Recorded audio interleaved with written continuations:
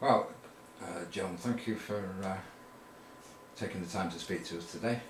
I understand that you've had rheumatoid arthritis and fibromyalgia for a number of years. Well, if you could perhaps tell us when it first started and what were the first symptoms that got you to think that something wasn't quite right?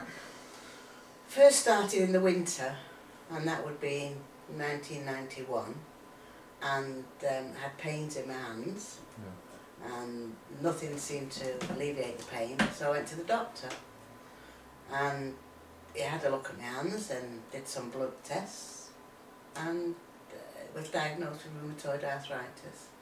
So that's about 18 years ago then? Yeah. And how does it affect you on a day-to-day basis? It affects you from getting up in the morning, even going to bed at night, even during the night you can wake up with it. Has it got worse over the years, or has it stayed about the same? It has its ups and downs. I mean, you have flare-ups, and when you have flare-ups, that is the time to go and get your steroid injection. That is to me, that's been a great help. The steroids? Yeah. I suppose you've had a whole range of treatments, have you, over the years? Oh, several, yeah, quite a few. One you were telling me about earlier seems quite scary, where they drain your white blood cells. Yeah, it's a new thing, and it isn't commonly used.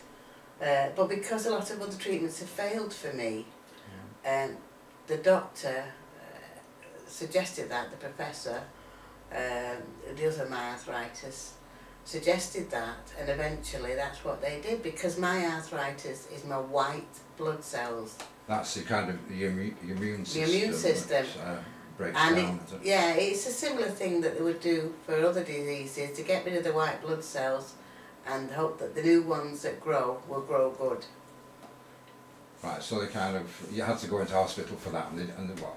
I can imagine you lay on a couch with, is that a blood transfusion sort of thing, where you've got blood draining from one arm and being transferred? No, it doesn't do that. It doesn't do that. They gave me a lot of steroids first. I don't know the reason for that. Yeah. And then I was on a drip for, say, a couple of days, and then you left off it, and more steroids, and then on it again. And I should imagine that whatever is in the drip, the medication in the drip, is what would, you know, be clearing your white blood cells out. Cells and hopefully the new ones would yeah, that is the idea of it. Unfortunately, I had 2 shots at it, and it didn't work for me. It didn't do anything for you? Not for me, no. But it works for other people. It can work for other people. Yeah. And also you've had gold injections. Yes, I have, and they do work quite well really, but unfortunately the side effect with me was like flare-ups of eczema. Right. So that didn't... Which is also your immune system, isn't it? It is, yes. It's something I didn't have. I didn't have eczema before I started. Well, I didn't realise it was rheumatoid that was causing it. Right. You know? And on a day-to-day basis, again, what's kind of the worst thing that you have to do during the day? Is it showering or preparing food? Or it depends how you are on the day. Some days it could be my hands, and I can't do anything then to wash myself, or it's very difficult. You find aids to help you. You can buy aids. Are there things available? Yeah, there's certain brushes. There's different things you can get to help you. Another time it might be my knees, and I can't walk, or it could be my hips. Unfortunately, I'm one of these people that's got it all over, right. And it's because of the blood cells, as far as I'm, aware. So it affects every joint. It does with me, yeah. Some more than others. At the moment, I'm doing really well. Yeah. You look well. You look okay, and nothing outwardly. You look fine. Well, that's the mistake people... I mean, I use a walking stick, I use a wheelchair. A wheelchair only when it's really necessary. But I have a good outlook on life. You've got a good personality, haven't you, that well, seems to get you through a lot of things. It does, and people say, oh my God, you're always laughing. How can you laugh when you're in so much pain? But there's only me to do it, to help myself. I'm not telling lies, but days when I've been so depressed, I've been really, really bad, when I couldn't move and it gets too much. But there's nobody else can make you better out of that. You've got to think of what you can do. and have a positive attitude and make the most of what you can do. And on the days you can do it, live life to the full. That's your outlook on life, is it? Yeah, it is. Quite positive. Yeah. And I find that's helped me tremendously. Around about the time that it started, you had quite an emotional trauma in your life. Do you think that had any bearing on? I do, definitely. I do think that was it. I was a really bad time for me. I had a really, really bad time, and at that particular time I suppose was heading for a nervous breakdown. It was so bad, and in the end I had friends around me, and I went through a long stage of depression, and then the rheumatoid kicked in, and I believe it can be caused by trauma. Yeah. I was and it also can give you depression, can't it? Or is it just the fact that you feel down and you feel in pain? If you're getting no sleep, yeah. which if you're going to turn over in bed, you know, and it hurts that bad, it wakes you up. So you turn over, the other side's just as bad. Yeah. Well, you're getting no sleep, and that's what kicks in with the fibromyalgia. Right. Because you're in so much pain, you're getting no sleep, you're depressed because you can't sleep, nothing is working for you. And eventually, the doctors do try different treatments, and he will find one.